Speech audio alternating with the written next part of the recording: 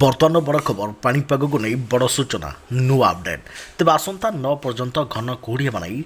5 राज्य को red warning जारी करिछि पाणीपाग विभाग सेबड़े 10 रु आसंता 13 पर्यंत राज्यर विभिन्न जिले में वर्षा नहीं संभावना रही कहिछि पाणीपाग विभाग तेज जानुआरी होई पारे बंगोपसागर पुणी एक लघुचाप जानिबा डिटेल्स इनफॉरमेशन पाणीपाग को नहीं ता पूर्व वीडियो को लाइक करंतु जदि पारुछंती आपनकर सांग साथी मानको वीडियोटी को शेयर करनियंतु जदि फ्रेंड्स आपण माने हमर ई चैनल ले नुवा ही वीडियो देखुछंते पूर्वरु केबे भी सब्सक्राइब करहाती तबे निहाती चैनल को सब्सक्राइब कर सहित पाखरे आस्तुवा बेल आइकन को बजाय रखतांतो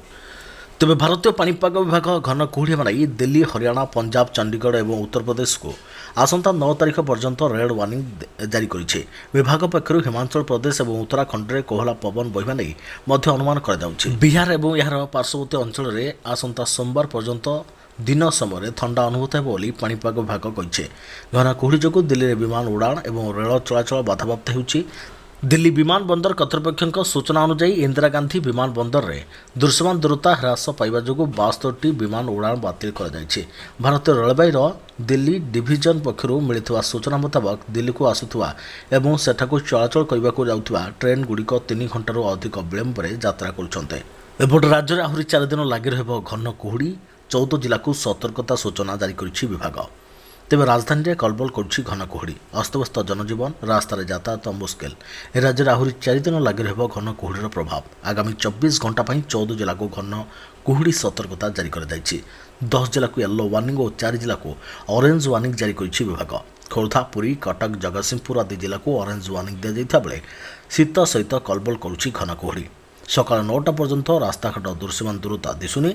कमी जाउछि दृश्यमान दूरता 50 मीटर भी कम रहुछि जानवाहन चलाचल प्रभावित होइछि गत 24 घंटार फुलबाणी में सर्वनिम्न तापमात्रा रही 7.5 डिग्री भुवनेश्वर में पारद स्तर गतकाली राति 12.5 डिग्री रेकर्ड होता बेले कटक रही 12 डिग्री राज्य में आसंता 2 दिन में तापमात्रा 2 ରୁ 3 डिग्री पर्यंत बढ़िपारे बोली आंचलिक पाणीपाग विज्ञान केन्द्र पक्षर कहुଯାଇଛି एबडे कमिबो शीत लहरी कलबल करिबो घन कुहुड़ी आसंता 10 ରୁ 13 तारिख जाए राज्यर विभिन्न जिले में वर्षा नहीं संभावना तेज आज पुरी कटक जगतसिंहपुर खोर्धार अति घन कुहुड़ी देखा पारे दृश्यमान दूरता विपज्जनक स्तर को खसी पारे 4 जिला को ऑरेंज वार्निंग दि जाइछि केन्द्रापड़ा गजपति ढेंकानाल जाजपुर भद्रक बालेश्वर नयगढ़ गंजाम सुंदरगढ़ और कंधमाल में घन कुहुड़ी रहिबार संभावना रही सेपरि आसंता काली मध्य जगतसिंहपुर केन्द्रापड़ा जाजपुर पुरी और कटक में अति घन कुहुड़ी दृश्यमान हो पारे एसबू जिला ऑरेंज वार्निंग दि जाइछि उत्तर ओडिशा और अभ्यंतर ओडिशा रे घन कुहुड़ी अधिक रहिबो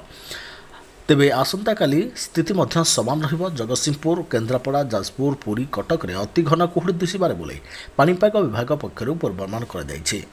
सेबड़े बंगोपसागर पुणी हो पारे लघुचाप सोया परिवेश और जलवायु केन्द्र निर्देशक डॉक्टर शरद साहू कहते पश्चिमा वायु प्रभाव में आसंता 11 ରୁ 13 तारिख जाए किछि स्थान में वर्षा हो पारे कटक और भुवनेश्वर में कांभा वर्षा हो पारे अन्य सब स्थान में मध्यमरू प्रबल वर्षा हो पारे तेबे वर्षा समय ठंडा कमिଯିବ एहापर पुणी शीत बढ़िबो आसंता 9 तारिख पर्यंत घन कुहुड़ी लगी रहिबो 10 ରୁ अभ्यंतर ओडिशा रे वर्षा हेबो कुहुड़ी भी बढ़िबो बोली श्री साहू आकलन करिसंते।